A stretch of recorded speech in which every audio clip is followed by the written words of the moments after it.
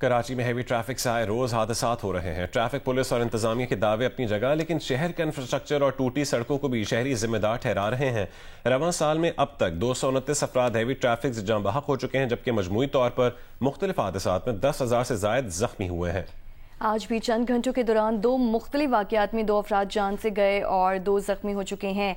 इन तमाम तर मामलात पर बात करने के लिए हमें ज्वाइन किया काशिफ मुश्ताक ने। काशिफ, बताइए, आज भी चंद घंटों के दौरान दो मुख्तलिफ वाक़यात हुए हैं जिसकी वजह से 2 अफराद जान से गए हैं, 2 अफराद ज़ख्मी हुए हैं। इनकी तफसीलात क्या हैं?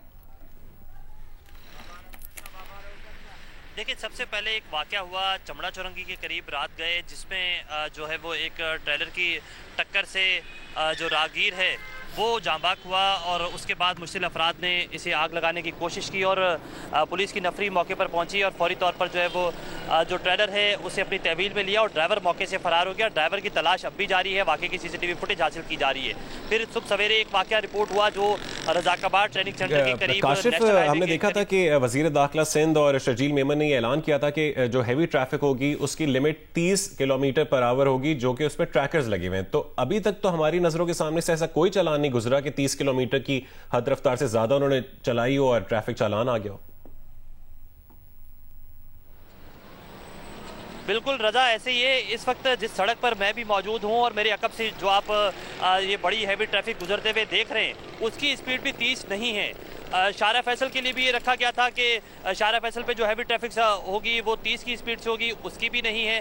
साथ साथ ये बात वजाहत की गई थी कि जो ई चालान है उसकी मदद से फौरी तौर पर जो हैवी ट्रैफिक है उसे जो है वो रोका जाएगा, जबकि उसके अंदर जो है वो एक सिस्टम लगाया जाएगा, कैमराज नस्ब किए जाएंगे हैवी ट्रैफिक के लिए और जो कि उनके चालान करेगी। जबकि ये भी बताया गया था कि ट्रैकर भी लगाए जाएंगे। लेकिन इस मामले की अंदरूनी कहानी ये समझ में आ रही है कि ट्रैकर जो है वो एक प्राइवेट कंपनी लगाती है, तो टैंकर एसोसिएशन हो या फिर जो डंपर एसोसिएशन हो, उनकी जानिब से ये कहा गया कि अगर वो प्राइवेट तौर पर अपने वाटर टैंकर के अंदर या डंपर के अंदर इस तरह का कोई सिस्टम लगाते हैं, ट्रैकर लगाते हैं, तो वो उसका एक्सेस ट्रैफिक पुलिस को नहीं दे सकते। ट्रैफिक पुलिस की जानिब से बार बार ये कहा जा रहा है कि इतने 100 जो हैं वो डंपर्स के अंदर ये ट्रैकर लगा लिए गए, लेकिन अब तक कोई ऐसा चालान सामने नहीं आया है जो इन ट्रैकर्स की मदद से हुआ हो।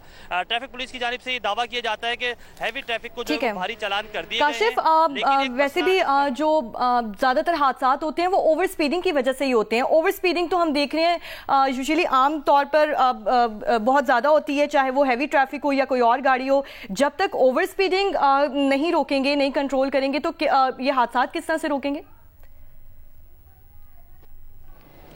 देखिए, कहा यही गया था कि मेन पावर जो है वो पुलिस की ख़त्म कर दी गई है। अब जो AI की मदद से कैमरास हैं वो चालान कर रहे हैं, लेकिन उसमें भी मसला ये आ रहा है कि जो हैवी गाड़ियां हैं वो कराची की रजिस्टर्ड ही नहीं है। अब जब वो कराची की रजिस्टर्ड नहीं होती हैं तो उनकी ओवर स्पीडिंग भी हो तो वो कैमरे के अंदर नहीं आती है, जिसकी वजह से उनका चालान ठीक से नहीं हो पाता है।